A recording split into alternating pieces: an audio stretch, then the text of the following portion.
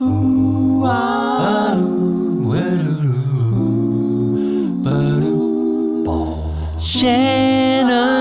Lumber Industry Update. Hello, everybody. Welcome back to the show. It's episode 154. Today I'm going to be featuring Buckeye. Got a piece of it right here. And I'm going to dive into a discussion about forest regrowth that's based on a question from you guys. So I have to say thank you to my listeners, watchers, however you're viewing this, listening to this, for sending in those questions. It's always appreciative, and I love how it gets to shape the direction the show takes. So let me just start off by saying, if you have questions, if you want to know about specific lumber species, lumber industry, random wood facts, send them to me. Send me those questions. You can go to lumberupdate.com, fill out the form there. You can email me directly at lumberupdate@gmail.com. Of course, if you love the show, you want to sponsor the show, go to patreon.com/lumberupdate. You can support the show that way. So yeah, I've got a question about keeping logs wet on the log art, but also this question about a listener who has a plot of land that was logged and what that regrowth might look like. But it's also that time of the month. It's time to do a featured species. And I'm going to lead into my featured species, Buckeye, by a little bit of industry news from one of you. So Steven wrote in on this and he said, I enjoy listening to the podcast for many reasons. And one of those is that you introduce us to the scientific Latin names of different trees you talk about. Put a pin in that real quick. We'll come back to that in a second. I live in Ohio and I just ran across this amusing news story about the Latin name of the state tree of Ohio, the Buckeye. So long story short, in 1953, the General Assembly got together and voted that the Aesculus glabra would be the state tree of Ohio. Problem is, Aesculus glabra is the Ohio Buckeye. Aesculus glabra does not exist. There is no such tree. So since 1953, the Buckeye state has not been the Buckeye state, but the fictional tree state.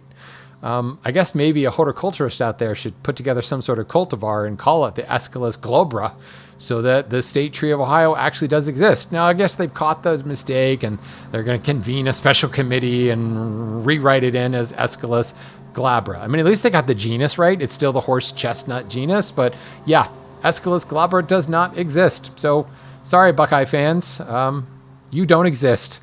And as a University of Colorado fan, I'm happy to say that. I shouldn't say that. I got no beef with Ohio. It's Nebraska I don't like. You know who you are. Anyway, Stephen did say, I don't know what the lesson here is other than the unsurprising fact that congressional staffers at the state level are best hit and miss when it comes to writing in Latin. But I suppose it also does point out the importance of using correct scientific name for a species. Otherwise, you might be enshrining a non-existing species in your official documents. I also love the fact that your podcast helps me to learn to pronounce names of many woods like wingay and paduk, which I've never seen in print, which I've only ever seen in print, and I would otherwise have no idea how to pronounce. So first thing I'll say is one person's paduk is another person's padawak.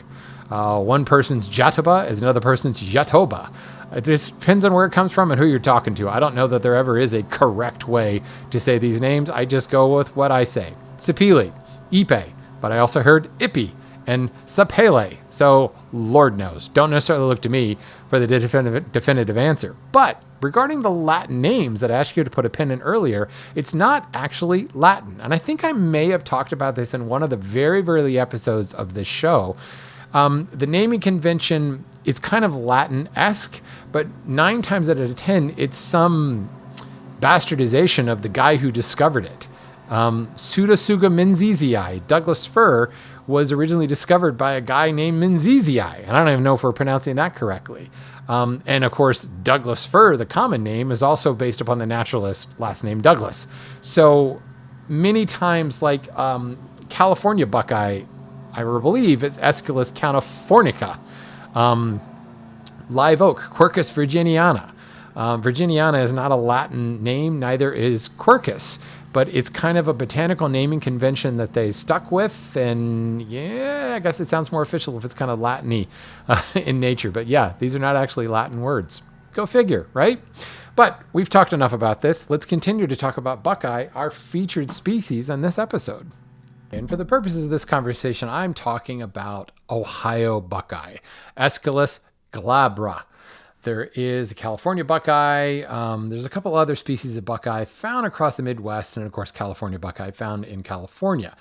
This has the distinction of really being the lightest North American hardwood out there. It's anywhere from 25 pounds per cubic foot for the California stuff up to about 33 to 35 for the Ohio buckeye. Ohio buckeye is the species that I've worked with. That's what I have in my hand here. Mostly I've worked with it in making pins, pin blanks, and that's pretty typical of what you're going to find it in sizes. Knife scale blanks, small turning blanks, things like that. I actually use it a fair bit for knobs, like drawer knobs or handles or something like that, where you just need a little kind of interesting pop of something on a piece of furniture. I've used it for that, or knobs on like the lids of a box. I have actually turned a small round box out of buckeye. Most of my experience has been in turning. Buckeye being really light means obviously the density is quite low. 0.52 is your density. Your hardness is going to be anywhere from 330-ish up to about 770. And the reason I'm really talking about Ohio buckeye is that is the harder 770 stuff. The light stuff, the softer stuff, the California stuff, is so low density and so lightweight. It's more akin to working with balsa, but like kind of a weird grained balsa. It fuzzes really easily. It's not the best wood to work with. The Ohio buckeye has more hardness, softer than somebody of cherry, but not as soft. It still can be a bit of a weird grain depending on how you get it. Buckeye forms burls very readily. And what I'm looking at, the piece I have in my hand, is a Buckeye burl, and that's where you're most commonly going to find the species. Not a good exterior wood at all. It is not durable in the slightest. Very diffuse porous with large pores, accounting for that's lower density and it's lightweight. Commonly, again, small burl blocks. Occasionally you will find larger cookies in burls. Interestingly enough, historically, it used to be used for prosthetic limbs because it was really lightweight. That's been replaced by, modern carbon fibers and things like that. But yeah, it's kind of an interesting historical note there. Due to the lower density, often you will find it stabilize or infused with resins and things. A lot of the pen blanks that I work with have stabilized Buckeye burl. I have worked with unstabilized Buckeye burl, and it is really hard to turn. It will tend to come apart on you on the lathe, especially if you're doing something like a pin where you've bored out the center of it and put that brass tube in. The CA glue never quite wants to hold on to the brass tube no matter how much you prep it, because it's just such a low density. And I've torn it away from the brass tube a lot while turning Buckeye pens. So I started buying stabilized Buckeye, and it's a very different experience. It's, halfway between turning wood and acrylic at that point. Definitely is a lot easier to work with there. But what's interesting about Buckeye is, in its pure form, it looks like this. It's creamy, kind of yellowish cast to it. And this is not the sapwood we're looking at, it's the heartwood. And there's very little contrast between the sapwood and the heartwood. This is how the tree grows. This is what you expect it to look like. But give it a little bit of time after felling it, and it will start to turn gray, almost like it's spalted. This is the exact same thing that's happening in holly. Now, holly is prized for that beautiful bright white color, and the idea is to fell that holly tree, saw it in the boards, get it in the kiln all on the same day to prevent the enzymatic reaction that causes that staining. Well, Buckeye actually has a market for that stained gray look. And I'm showing, for those listening, I'm showing a picture of a slab that has already started to stain gray. So within hours, it'll go from this kind of basswood looking, very uniform, yellowy beige color to gray. I've seen light streaking of gray, very light gray, to really, really dark kind of charcoal gray color in the entire thing. And this has always been my experience in working with Buckeye. When I've seen Buckeye in more board forms, like the slab I'm showing on screen, or even in the burls, it's that interesting gray color that really makes it distinctive. And it's what immediately had me gravitating toward it years ago when I turned my first Buckeye pin. But like I said, it's known for burls. Now, again, when I talked about burls in the past, we haven't really understood fully what causes certain trees to create burls more than others. It could be soil chemistry. It probably is a genetic thing more than anything else, but the Buckeye is definitely prone to forming burls. And on screen, I'm showing a rather large kind of cookie, and you will find Buckeye burls sometimes used for coffee tabletops and things like that because it can grow into rather large burls. I'm trying to remember, the tree is not huge, but it can be up to about 80 feet tall and about 2 to 3 inches in diameter. So again, not an enormous tree, but enough that you've got a burl forming at the base of it. You could get like a coffee tail burl out of it. But what's interesting about Buckeye burl in general is it's that mixture of that yellowy beige color and that 50 shades of gray that you're going to find in it. But it also forms these little, well, like a burl, little swirls, the hyperplasia explosion of growth areas that can sometimes almost be emerald in color. It reminds me of garnet and like granite. And oftentimes a Buckeye burl under oil I've had people go, oh, is that a granite, piece of granite? Or they're used to seeing granite countertops. And in many ways, that's exactly what Buckeye burl reminds me of. And all of the Buckeye burl that I've worked with has these kind of yellowy gray and then little eyes, little knots, if you will. They're not knots on a burl, but they turn that garnet kind of maroon color, which is really cool. It's one of the things that I like about the species as a whole. But ultimately, we're talking about a species with very limited commercial use. It's not harvested on purpose, if you want to look at it that way. It's harvested maybe opportunistically, oftentimes as salvage.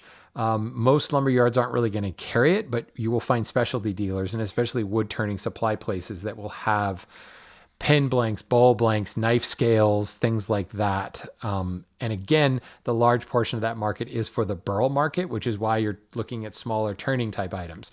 Where you will actually find boards is, again, the usual suspects, where you've got a local guy that's milling urban lumber or an arborist that's milling up the trees that he or she has taken down. So ultimately, the tree is not the least bit endangered. It grows everywhere like a weed, but there's just not a strong market demand for it. So really, the smaller supply of specialty Buckeye burl meets the demand of that kind of hobbyist niche. And we're talking really niche in the woodworking hobbyists, the knife makers and the pen makers and things like that. It is interesting to me that since it is really the lightest hardwood in North America, it can be super fun to work with, whether by hand or with power. I say it's kind of a squirrely grain because most of what shows up on the market is that burl, and burl doesn't really have grain, but honestly, that makes burl kind of easier to work with. You're just kind of always working across the grain. With the sharp tools, it tends to work really well. And with a hardness of around 700, that low density makes it really quite pleasant to work with. Carving it, I personally haven't carved it because, like I said, I've always been working with small turning type tools. But honestly, I learned more about wood carving at the lathe than I did anywhere else. Understanding how to manipulate a tool and ride the bevel in order to turn cleanly without a lot of sanding, I was able to take that skill and transfer it into wood carving when I got started in that. So I would suspect that you could have a lot of fun carving Buckeye, regardless of the squirrely grain or not. One thing about Buckeye, when it's freshly cut, though, it smells horrible. It's sometimes called the stinking Buckeye because even the leaves in the fall give off a foul odor, kind of like the cottonwood as well. It is just very manure-y, musty smelling. And I even have a block here that just is not pretty and how it smells. And it's covered in paraffin wax to kind of stabilize it a little bit. So it works easily, but not always cleanly because it is so low density. You might find that it fuzzes a little bit more. You might need to be a little bit more heavy-handed with the sandpaper in order to clean up your cuts with this material.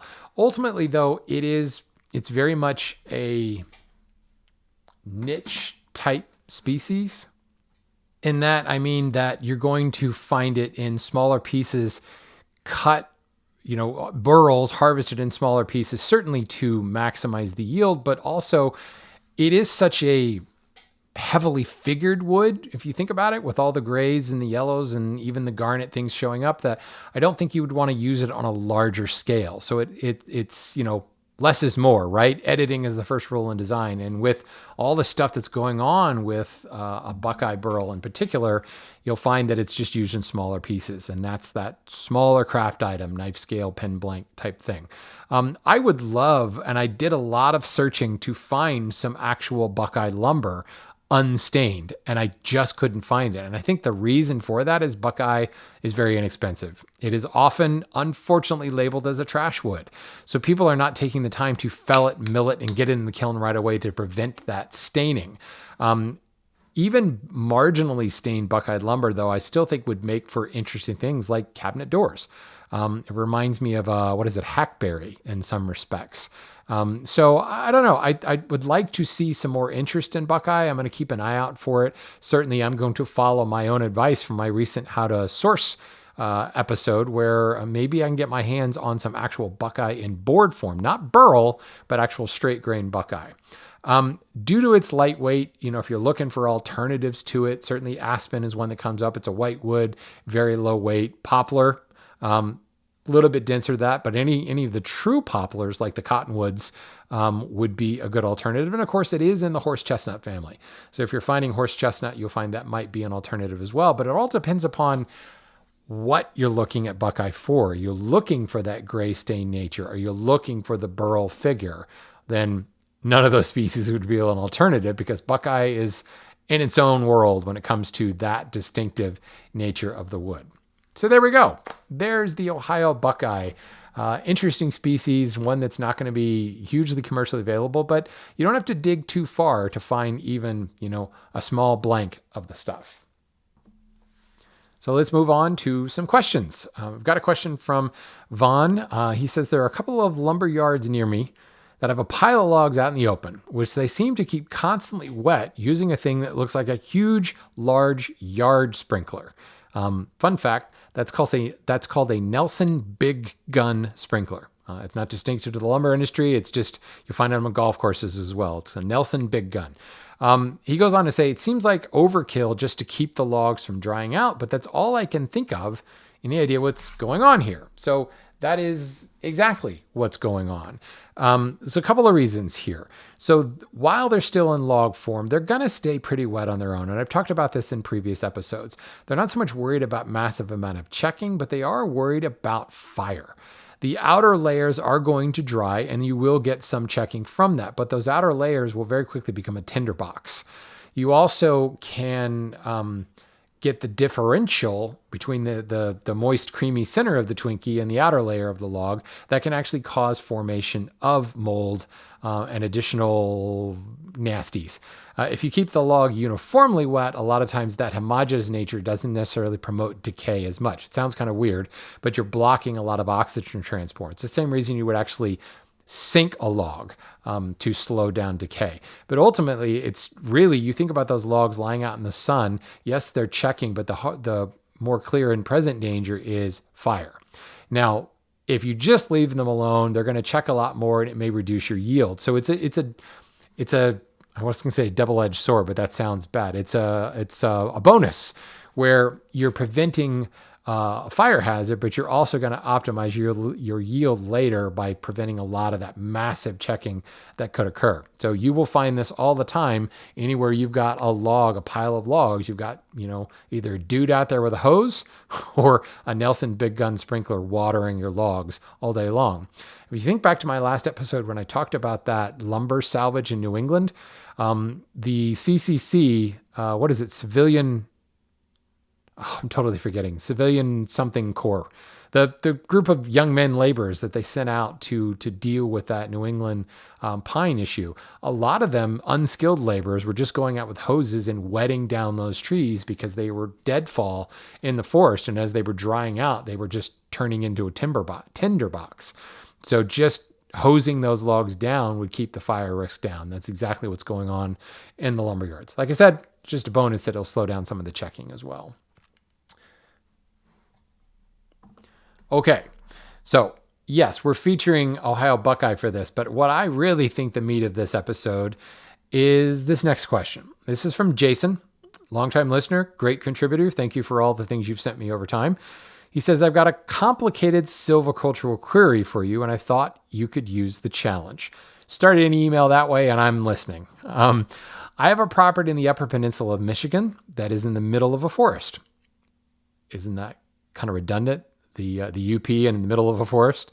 I have one of those bumper stickers on my finishing cabinet that says, end of the earth, 3 miles, Upper Peninsula, 6 miles. It's nothing but forest up there. Love it.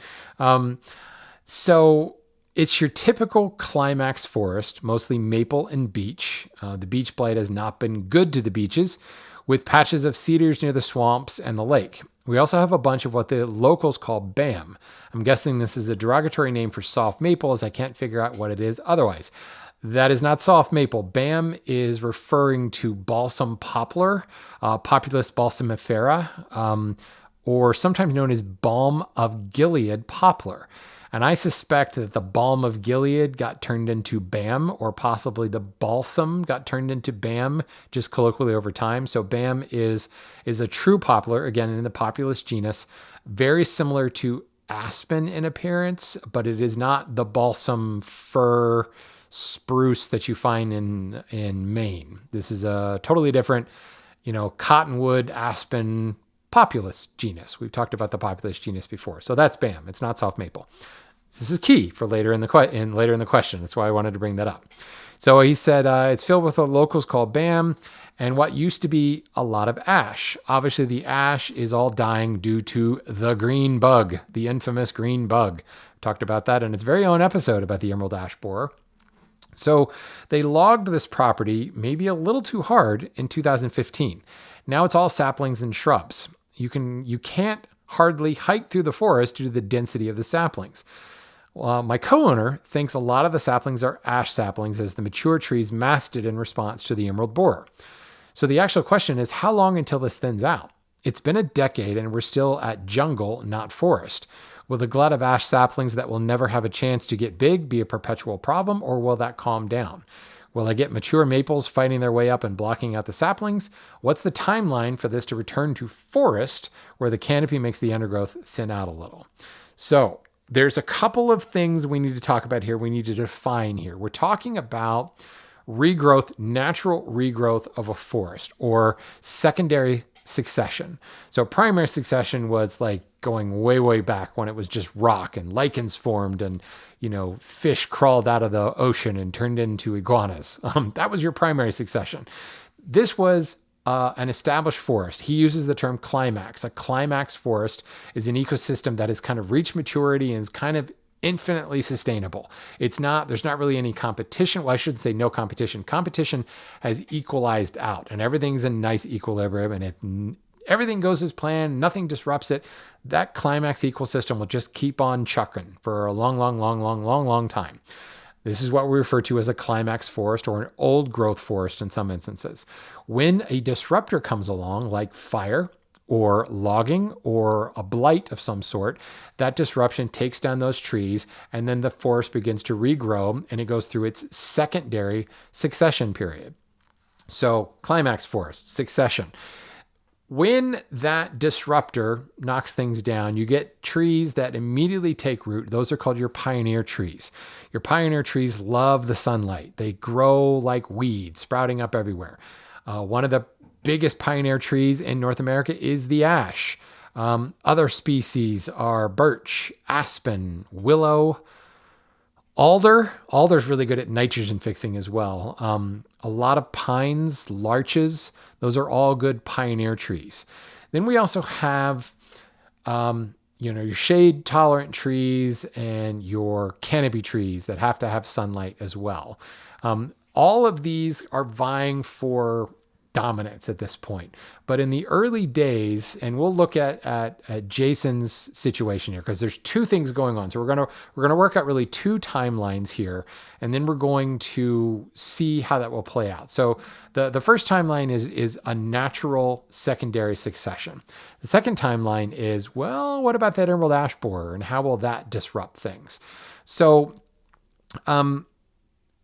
ultimately, the disruptor was logging, and he said they probably logged it a little too hard. He didn't say they clear cut it, and he did say there were a couple of mature maples and beeches floating around. So I'm going to look at this as like clear cutting or selective clear cutting. So maybe you've got 1 or 2, 3 trees kind of floating out there in a field by themselves, and everything else has been cut down. And then he's got this massive undergrowth, bushes and shrubs, and then all kinds of saplings.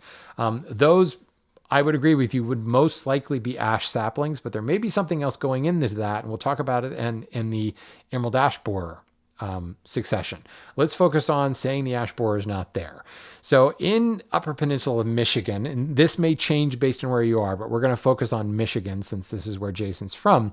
The ash is going to very quickly, it's going to be the dominant pioneer species. It is going to sprout like crazy, and you're going to get all these little saplings all over the place. Roughly up until about the 15-year mark. Around the, maybe let's just say generically 10 to 15 years is when you will start to see those ash saplings close up the canopy, and your undergrowth is now going to get shaded, and some of your undergrowth is going to die out. Until that 10 to 15-year mark, sunlight's going to get all the way down to the ground. The saplings are going to continue to sprout like crazy. You're also going to get a lot of shrub and bushes. And this could be everything from native species down to invasive species like the buckthorn or honeysuckle or something like that. And it's going to be very difficult to hike through, which is exactly what Jason's talking about at the 10-year mark. I would suspect you've got another 5 years before those ash saplings would start to close off the canopy, and specifically the shrubbery undergrowth will start to die off, and you'll actually be able to hike through it. But really, what you're talking about there is a pioneer forest. Now, I'm showing an image of a paper birch pioneer forest at this point. Lots of skinny little 2-inch, 3-inch diameter paper birches sprouting up like crazy. You could hike through this forest because the canopy has started to close off and the underbrush is there, but you can see the underbrush is still there. It wouldn't be easy hiking. You'd feel like you need a weed whacker or a sickle or something to work through there to cut back that undergrowth. Within a couple of years, you will see that undergrowth die off and that pioneer forest will turn into a canopy forest. There'll still be skinny little trees and there'll still be a lot of them. But at that point, we move into a successional shift. So all of those ash saplings that are dominating here will start to be overtaken by the more shade tolerant sugar maples and beech trees. Again, we're talking Upper Peninsula of Michigan, or really Michigan in general. It's going to be sugar maples and beech will be the dominant ones. Those forests are, like I said, they're shade tolerant. So they're going to be okay hanging out under the canopy of the ash trees. They're going to continue to grow much more slowly, but grow up in the understory there. Canopy, understory, ground level. And this starts to create the shift. As those sugar maples and beeches get taller, you start to see those fast-growing pioneer trees start to get a little choked out, and they start to die off. Over time, we're talking a long period of time here. So year 0 would be the clear cut. 1 to 15 years is that pioneer sapling stage. 15 to 50 years is that successional development. The dominant ash trees will reach maybe 40 to 50 feet in height, creating that uniform canopy, but inter-tree competition is going on like crazy with those beech trees and sugar maples. You might even get some other cherry trees, some oak trees that are going to be more shade tolerant. It depends upon your seed stock and what's in the area. Those other shade tolerant trees will start to compete there. Many of the smaller saplings will be suppressed and they'll start to die off. Your ash is going to start to die off. And as the canopy ash reseeds itself, the saplings will never get a chance. So they're not replenishing their stock. So now a few of these mature maples, as you get near that 50-year mark, they start to outreach. The maples and the beeches outreach the ash trees, and they start to crowd out the ash trees. The ash tree is not going to live as long as the maples and the beeches, so the ash tree may just live out its normal life and die off. But without that reseeding stock, that regrowth of saplings, there's no one there to replace it. The other side of that is these ash trees are just not as hardy as the sugar maples and the beeches, or even the cherries and the oaks, if the seed stock permits that. And they begin to drop off, allowing the canopy to essentially drop down to the maple or the beeches. Now, you're going to have some maples and beeches up at the top of the canopy anyway, but those ash trees will just slowly begin to choke out. So now when you get to the 50 to like 100-year mark, you're in that mid-successional transition. You've got a more mixed age, mixed species forest at this point. So the ash that are still standing there, they're going to just die out. They approach maturity and they really almost stop growing at that point, and then they really die out. Ash tree, you could say the lifespan's about 150 years, but really you get to the 80-year mark and things really go downhill fast. So now any sugar maples and beeches that were suppressed by the ash canopy now accelerate because they've got sunlight and they just shoot up and they take over wholesale at that point. The maple and beech canopy increases. You get a new round of shade tolerant trees growing out where the ash used to be. So again, based upon the seed stock, what else is there? You might now start to see more cherry, more oaks, more shade tolerant trees starting to pop up because now there's room on the forest floor where those ash saplings used to be and where the ash mature trees are no longer gone. As those ash trees die out, they fall to the ground and they form mother logs or basically nutrient stock to allow those more second round of shade tolerant trees to come up. So remember, the first round of shade tolerant trees were the sugar maples and the beeches. Those have now become the dominant canopy. And now you've got a new opportunity for more shade tolerant species, a tertiary species, if you will, to grow up. And you get this really mixed species type forest that's growing.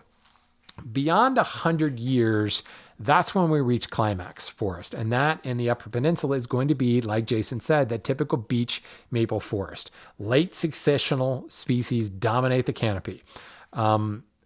This is, I shouldn't even say Michigan. It's northern hardwood North American forest. American beech, Fagus granifolia, sugar maple, Acer sacrum, that's what's there. At this stage, the forest is uneven aged, but it's very structurally complex. Towering maples, beeches, and a closed canopy that limits light down to the forest ground. So you don't have a lot of serious undergrowth. You get spurts of undergrowth in the spring before the canopy has leafed out, but then that goes away into the summer. The result is a very self-perpetuating forest. As I said, a climax forest that will last indefinitely, centuries and centuries. The sugar maple and the beech are very effective at reseeding themselves in this instance. And, they can just kind of go on as the old or really, really old sugar maples or beeches come down. They open a gap in the canopy, creating growth that allows the secondary sugar maples and beeches to explode up and fill the canopy. A climax forest will fill a hole in its canopy relatively quickly. This is what we're looking at a lot of rainforest trees, even quicker because of the tropical climate where illegal logging is spotted by drones when a hole opens in the canopy. And if you leave it alone, that hole in the canopy is filled in like 3 months. It's really fast. It's going to be a little bit slower in a temperate hardwood forest like we're talking about in Michigan here. So, Jason, to answer your question, you're not going to see any thinning. Definitely not going to see any thinning before probably about the 15-year mark. You're going to start to see the shrubbery die off after the 15-year mark. And you will see some more saplings coming up from those secondary successional species, the slower growing maples and beeches.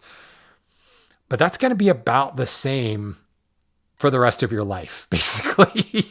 You're getting into 50 years from now, or it's been 10 years already, like 40 years from now.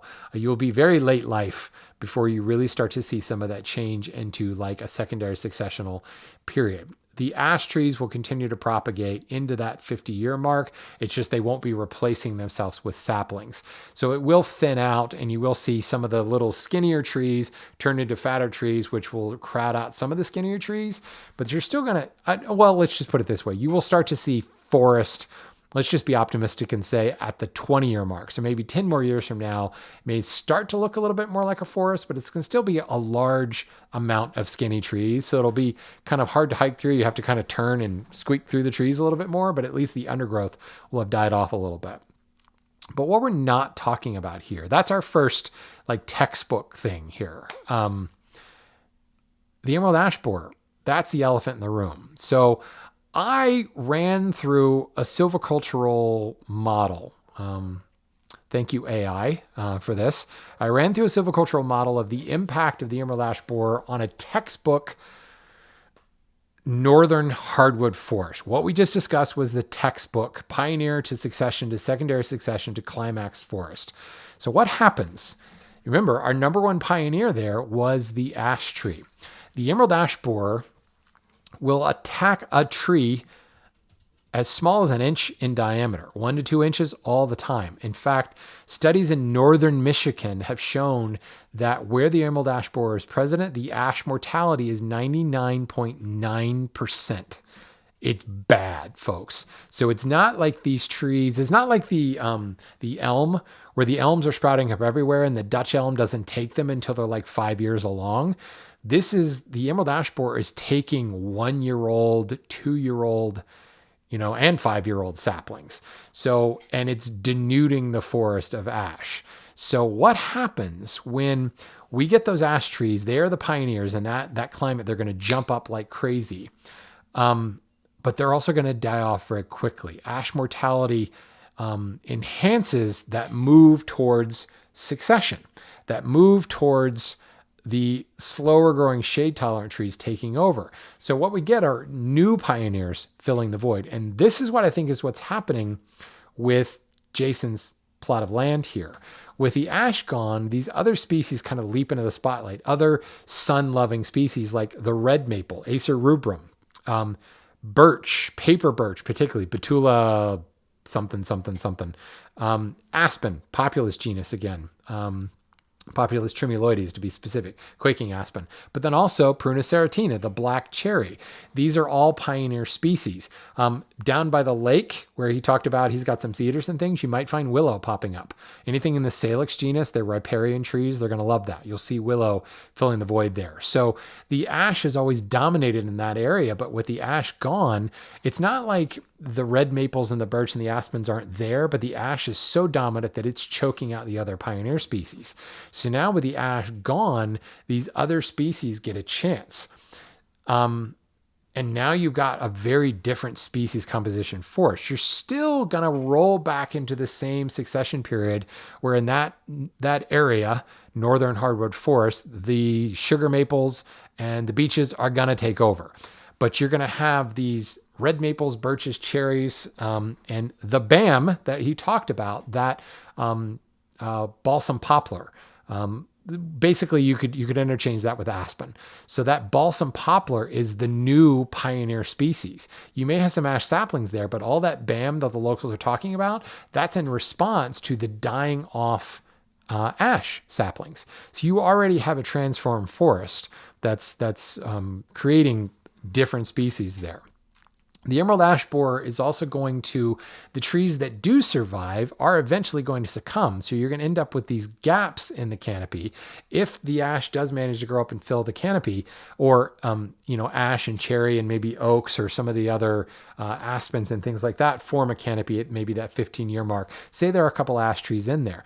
Those ash trees will succumb, and they're going to open gaps that this new still pioneer forest is not quite ready to fill that gap. So you're going to have more prolonged gaps, which will create a greater opportunity for invasive species like the honeysuckle and the buckthorn, all those shrubs that are going to choke out the forest floor and compete for nutrients.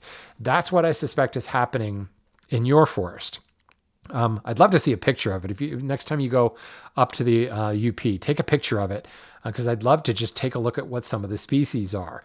You can't hike through it, so you probably got a lot of that balsam poplar. You might have some cherry, specifically pin cherry is a real fast grower. You may find some black cherry just due to the colder climate up there. But I'd be willing to bet you've got a lot of invasive shrubs, specifically buckthorn and honeysuckle, that are crowding things out. And it's going to basically push that forest into succession faster. So now you're going to have a canopy form, but you're not going to have as many mature trees. With greater competition on the ground level, you might have competition for root structure as well. A lot of trees in the understory, a lot of pioneer trees, a lot of invasive shrubs and things, not allowing your trees to put down roots. Or the root structure is different with something like aspen, where you've got a totally different root structure from something like cherry or red maple. So now you might have shallower root structures, which would be more prone to deadfalls and storms, which again create those prolonged gaps in the canopy, which causes more sunlight to hit the forest floor, which causes more invasive shrubs to take over. So if we were to kind of put these two side by side, the textbook succession plan to the emerald ash borer succession plan. Step one, that initial canopy closure, 10 to 15 years. On the textbook, you've got ash saplings quickly forming that canopy in 10 to 15 years, dominating the growth. There's really nothing else going on. There's shade tolerant trees are in the understory, but there's not a lot of once the canopy closes, there's not a lot of growth on the ground story. On the emerald ash borer model, it's very patchy. The ash begin to regrow, but they're soon killed off by the bug. Their death reopens the canopy. No single species immediately asserts dominant. You got a lot of species at this point. So you get that canopy is very patchy in different heights, different species, different tree morphologies, etc., taking maybe 20 to 30 years until that canopy actually closes. So an initial delay of maybe 15 years before the canopy closes off. Once we move past the canopy, again, the textbook model, white ash, Fraxinus americana, Fraxinus genus in general, it overwhelmingly dominates all those younger stands. It outgrows the other seedlings. It casts shade and suppresses those slower growing species. We talked about that. On the emerald ash borer model, you've got this mixed bag of pioneers. With the ash largely gone, the red maple, the quaking aspen, paper birch, black cherry, they can kind of seize that open space, but they're also all competing with 7 other species, and it's not as conducive to fast growth. So even with the canopy closed, the whole forest is kind of stunted in its growth because there's just much more competition. In the textbook model, that deep shade provided by the ash, not a lot of understory going on.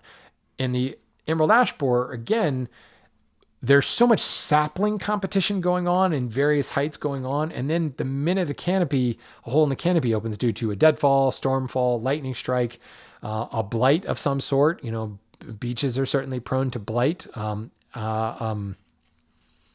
Elm is growing. Ulmus is another genus that's good for pioneers. Those elm could be succumbing to the Dutch elm disease at the 5-10 year mark. So now, again, we continue to see a very crowded, choked out forest because those prolonged gaps in the canopy create explosions of growth during heavy summer growing seasons, where normally the canopy would be shading things and those little early spring undergrowth would be dying off. As we move into that 20 to 70 year period in the textbook model, we're starting to see that turnover of ash to the maples and the beeches.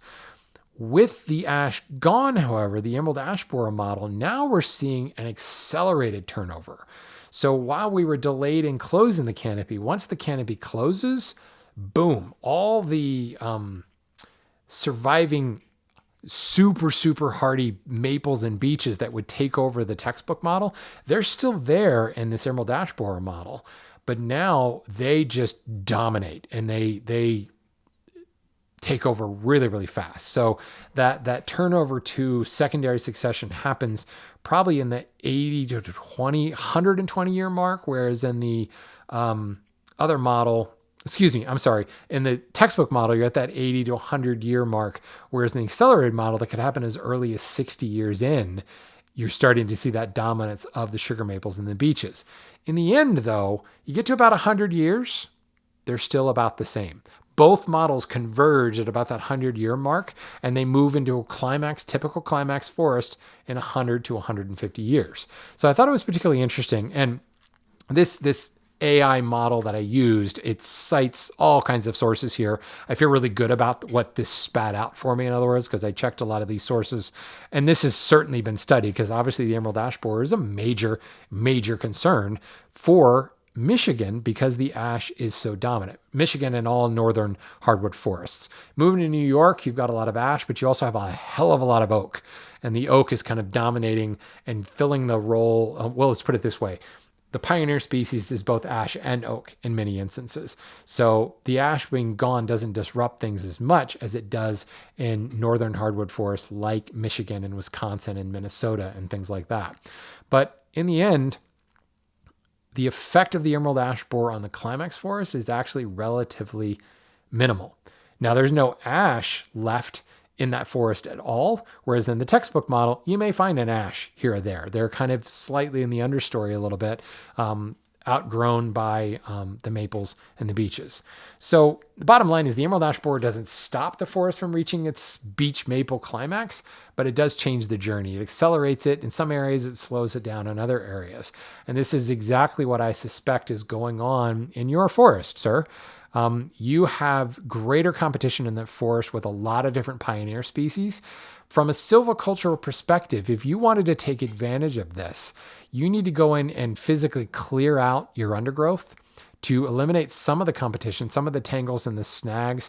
The other thing is a lot of these pioneer species are sprouting from rootstock. If you've got a lot of shrub undergrowth, that sprouting doesn't happen as easily, or it sprouts, but then they die off very, very quickly. So the natural regeneration, the natural reseeding of that forest is hindered by all that undergrowth.